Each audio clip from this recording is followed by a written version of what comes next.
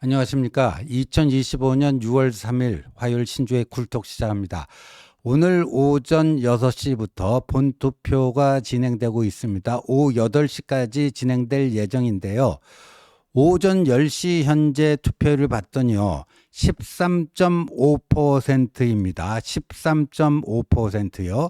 그런데 저거 13.6 나온 거는 지금 10시 이후에 그거고요.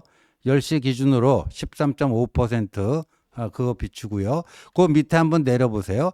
그 작년이 아니고 지난번 대선과 비교를 해보면요.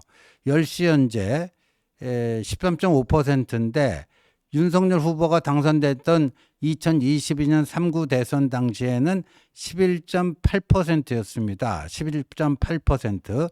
그러니까 그때보다 1.7%나 높은 수치입니다. 1.7%나 높은 수치입니다. 이게요, 오전 12시까지는 본투표율만 집계가 되고요.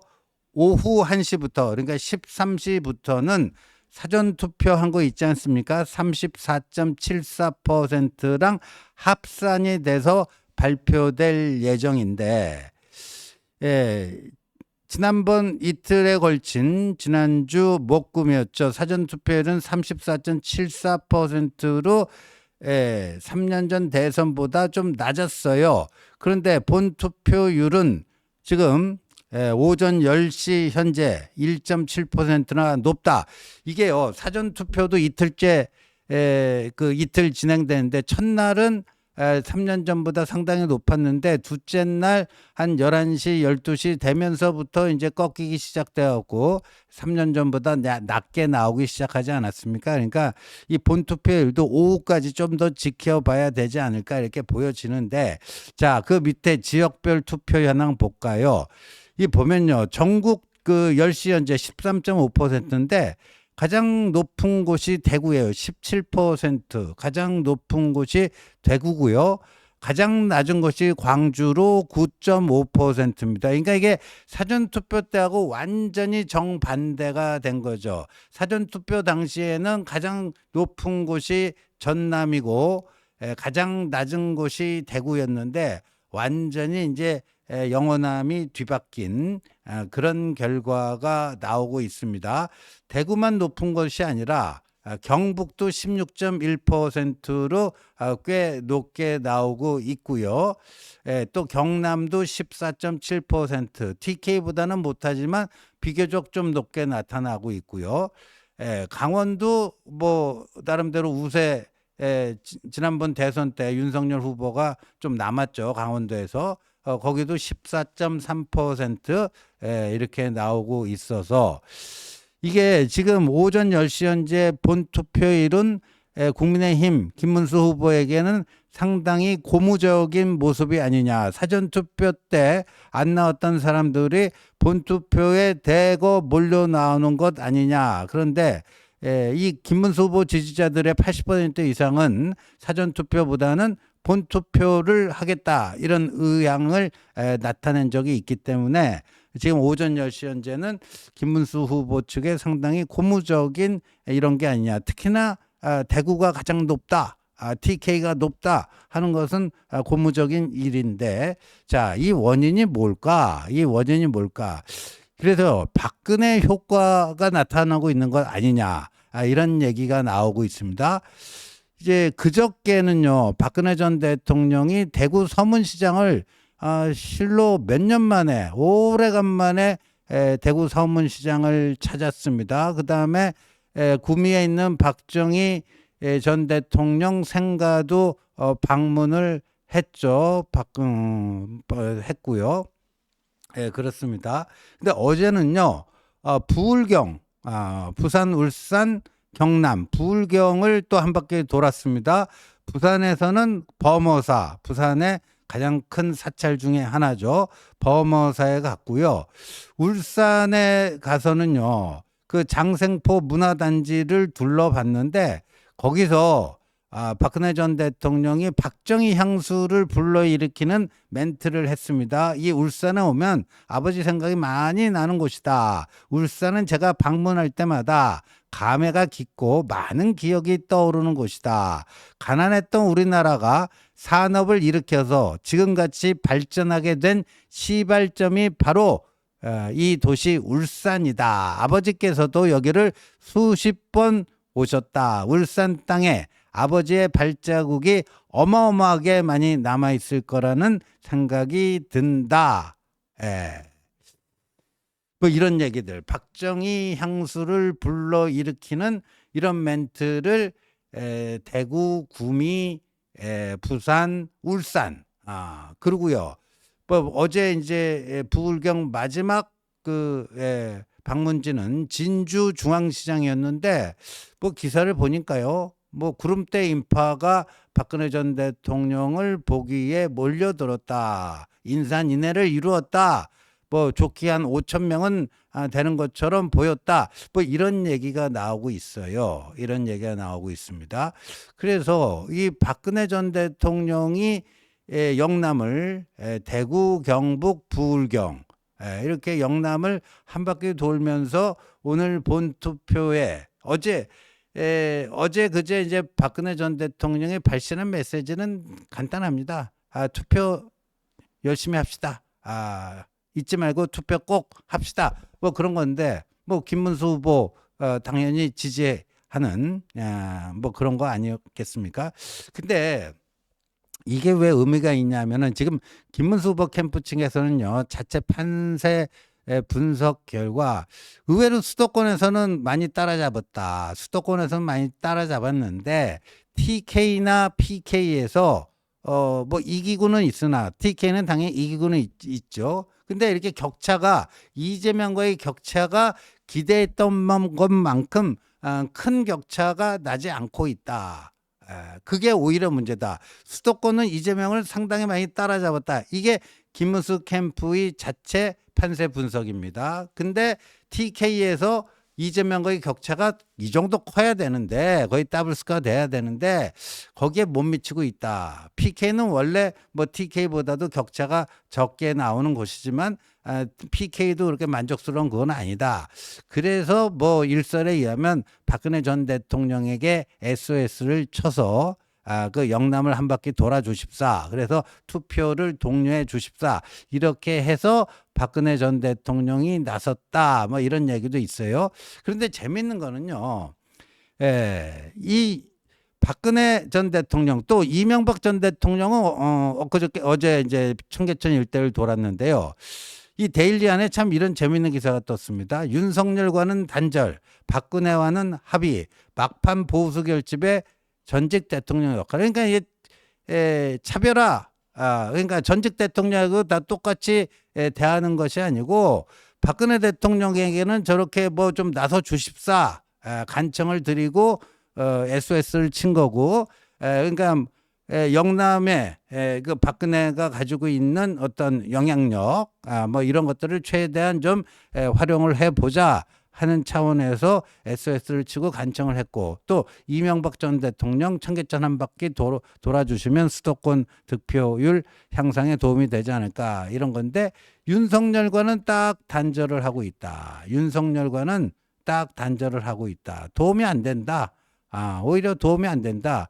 지난주 토요일인가요? 정광훈 자통당 집회에 김문수 응원 메시지 보내서 대독시킨 거 아주 당내에서도 반응이 안 좋습니다. 반응이 안 좋아요.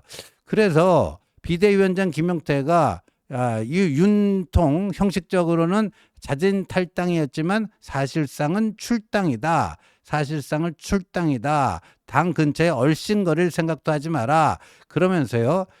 그때 국회에서 탄핵소추 그 표결을 할 때 반대 당론을 정한 것도 이제 헌재 결정에 따라서 무효화시키는 걸 적극 검토하겠다 했더니 윤상현이 그 당의 뿌리와 정체성을 뿌리채 흔드는 것이다. 택돔 소리 하지 마라. 뭐 이렇게 해갖고 정면으로 윤상현이 비대위원장 김용태를 들이받지 않았습니까? 그런데 저 김용태가요 어제 뭐라고 했는 줄 아십니까? 그런 뿌리는 뽑아버려도 된다. 그러니까 윤상현 말대로 뿌리째 흔들린다. 뿌리째 흔들린다. 이게 윤석열 탄핵에 반대하는 것이 이게 당의 뿌리이자 정체성이다. 김용태 너처럼 하면 우리 당의 뿌리가 흔들린다. 이렇게 얘기했더니 김용태가 뿌리가 흔들릴 정도면 그런 뿌리는 뽑아내도 된다. 그런 뿌리는 뽑아놔도 된다. 바로 또 윤석열한테 직격탄을 날려버렸어요. 윤석열한테. 예. 지금 당이 이렇습니다. 근데 이게 요즘 돌아가는 게 참 재밌는 게요. 김용태가 그 윤통과의 어떤 단절, 김문수 후보인 김문수는 그걸 오히려 제대로 못하고 있는데, 이미 우리 당 나간 사람인데 뭐 단절할 게 뭐 있느냐. 근데 오히려 비대위원장인 김용태가 더 적극적으로 하고 있고, 까마득한 선배인 윤상이 그렇게 얘기했는데도 그럼 뿌리라면 당연히 뽑아버리면 된다. 이렇게 과감하게 나오고 있어요. 근데 이게 김용태만의 문제는 아닌 것 같아요. 이제 친윤 핵심들이요. 이미 이제 윤통에 대해서는 손절 모드로 들어가고 있다. 이 주호영 국회 부의장이요. 어제 불교 방송 아침 라디오 인터뷰에 나가서요. 이렇게 얘기를 했습니다. 정광훈 집회에 윤통이 그 메시지를 보낸 거에 대해서 주호영 국회 부의장이 윤 전 대통령께서는 자기를 지지하는 국민이 많은 줄 아시는 것 같다. 윤통이 오히려 이재명 후보를 돕고 있다. 느닷없는 계엄을 해서 탄핵당해서 이 조기 선거가 생겼다. 기다렸으면 이재명은 재판받고 출마도 못했을 수 있는데 이재명을 엄청나게 도왔다. 선거에 우리 후보를 도우려는 모양새가 우리 당이 계엄과 단절하지 못하는 듯한 인상을 국민들에게 주고 있다. 그러니까 지난번 김문수 응원 메시지 이게 오히려 윤통과 단절하지 못한다. 헌재에서 8대0 전원일치 판결받은 위헌 위법한 비상계엄과 단절하지 못한다는 부정적 이미지만 오히려 클로즈업 시키고 있다. 그러면서 주호영 국회 부의장이 윤통 가만히 있는 게 도움이 되는 거다. 가만히 있는 게 도움이 되는 거다. 그런 점을 좀 제발 좀 잘 알았으면 좋겠다. 뭐 이렇게 얘기를 했어요. 근데 주호영 국회 부의장이요. 윤석열 과거 캠프에서요. 선대위원장을 했을 정도로 그리고 윤석열 당선 이후에도 원내대표를 하면서요. 아주 긴밀하게 교류를 해왔던 친윤 중진인데 그 친윤 중진 입에서 하등에 도움 안 된다. 좀 그냥 가만히 좀 있어라. 입국 닫고 입국 닫하고 좀 제발 좀 조용히 좀 있어라 이런 거고요. 또 친윤 장제원 전 의원 지역구 물려받은 김대식 의원도요. YTN 라디오 인터뷰에서 윤 대통령은 더 이상 발언해서는 안 된다. 좀 인내하고 뭐 좀 무건 수행하라. 선거에 아무런 도움이 되지 않는다. 선거에 아무런 도움이 되지 않는다. 도대체 이번 선거가 왜 일어났느냐? 윤통 파면으로 인한 보궐선거 아니냐? 윤통의 메시지는 우리에게 결코 도움이 되지 않는다. 이렇게 얘기했어요. 그러니까 거기 보니까요. 5선 윤상현을 초선인 김용태, 암만 비대위원장이라지만 그렇게 바로 치받아 버리잖아요. 그 윤상현 두둔하는 사람이 없어요. 김용태랑 윤상현이랑 정면으로 한 판 붙었는데 윤상현 응원하는 사람 봤어요?